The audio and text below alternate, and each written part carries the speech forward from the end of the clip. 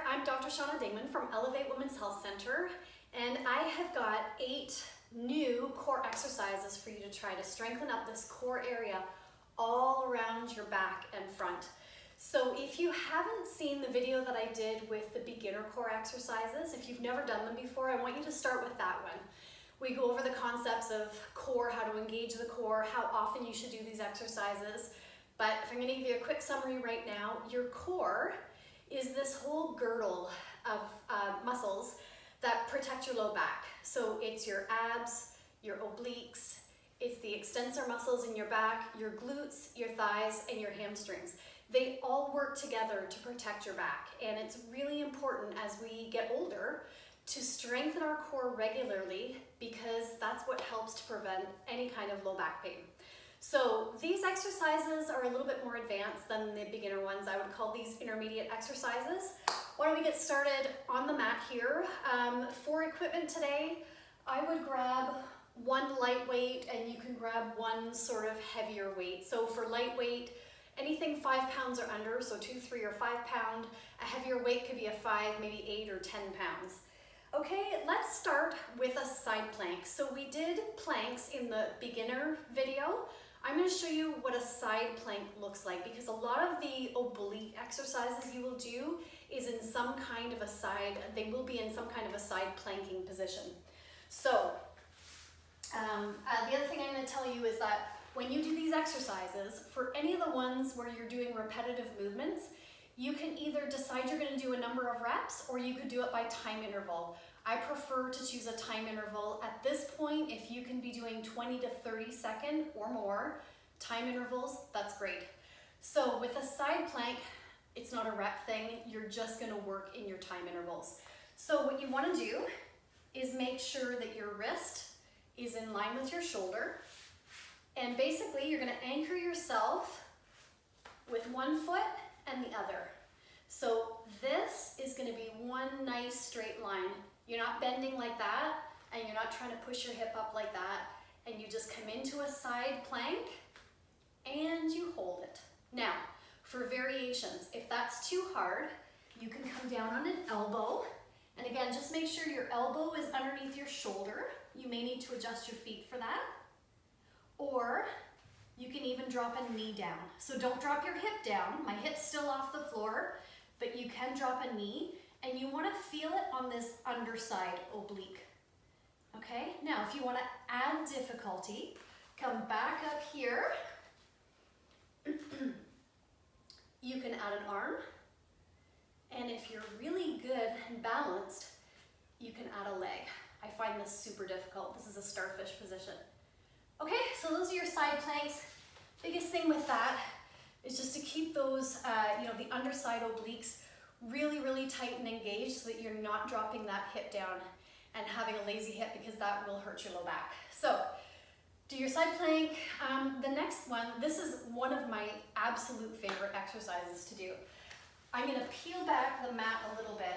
The problem with this one though, if you are on a hard surface, you may find that this is a little hard on your hands, and I don't really have a great modification for it, but you're going to come into your plank position like this. This is where I would grab, so I've got a 10-pound weight here. I think you can see it on the white tile. You're going to come into plank position. I would widen your feet here, so you're going to need a really strong base of support, because what you're going to do is you're going to push that weight from one side to the other. So you're working your front abdominals, your back extensors, but every time you go on one hand to push the weight, you're working your obliques at the same time. It's fantastic. Okay, so those are plank pass-throughs. Let me just straighten out my mat. Okay, this next one, it is really hard, but the great thing about it is there's some fantastic modifications. It's called alphabet soup. You're gonna go on your back, and I would just put your hands in the hollow of your back, because you want to make sure you keep that hollow in your back. You don't want to press your spine right into the floor. Your spine is designed to have a neutral hollow in it. So what you're gonna do is put your feet up. Okay, higher is gonna be easier, lower is gonna be much harder, so you choose your position that's gonna be easiest. And what you're gonna do is make the alphabet with your feet. There's an A, there's a B, and a C, D, I'm gonna go lower, E, F, G, H, I. So the cool thing about this, I'm just gonna keep going with my alphabet as I'm talking to you, is that if all you can do is A, B, C, that's a start. If you can get to P, awesome. If you can get to W, you can see the progression really easily with all this. I'm losing where I am. Oh, I'm on T. U, and like I said, you can go higher, you can go lower. This one is not going to be a timed interval thing. You're basically going to go as long as you can until you've got the alphabet done. And that was Z. Whew, that's a tough one. Okay. Let me just stretch out for a second here. Next one, grab a lightweight. Actually, you could grab a light to sort of intermediate sized weight, and you're gonna get on your mat. And actually, I would roll your mat up just a little bit to give your knees just a little bit more cushion. And all you're gonna do with this one, this is called leaning camel. You wanna make sure you have a nice straight back. And with all of these exercises, before you start any of them, you're engaging that core. So engaging the abs, tightening the glutes, hamstrings, in this case, my thighs as well. And what you're gonna do is you're gonna hinge backwards. Okay, so you're not slouching in any way, you're hinging backwards just a little bit. It's not a big movement, and up, and back, and up. You could probably work with a heavier weight on this one, but you'll feel as you come back and have to go to the up position, it really requires you using your core to be able to do that.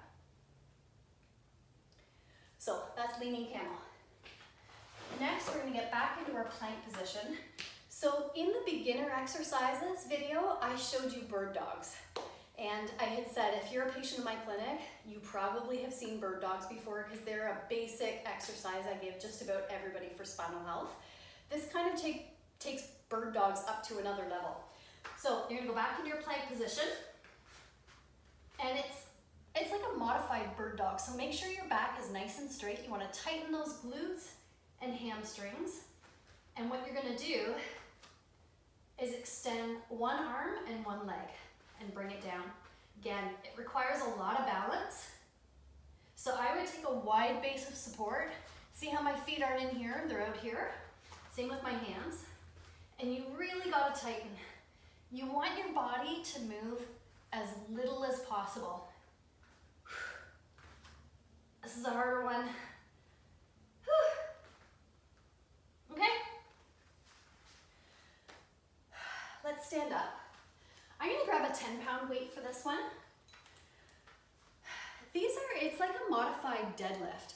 So with a deadlift, you're coming down and you're coming up and you're really working that low back and especially your glutes and hamstrings because those are all part of your core. But what we're gonna do with this one, we're gonna really challenge our balance and our core at the same time. So I'm holding the weight like this, and what I want you to do is basically ground yourself on one leg. You're gonna come down. It's a one-legged deadlift. Okay, so you're gonna have a bend in the knee, but it's a very soft bend, and all the movement is coming from a hinging action at the hips, okay? So you want a nice straight back as you come down and hinging to come up. It's not a squat. You're not bending like this and coming up. You're hinging. And as you come up, you are really gonna feel this glute and hamstring firing.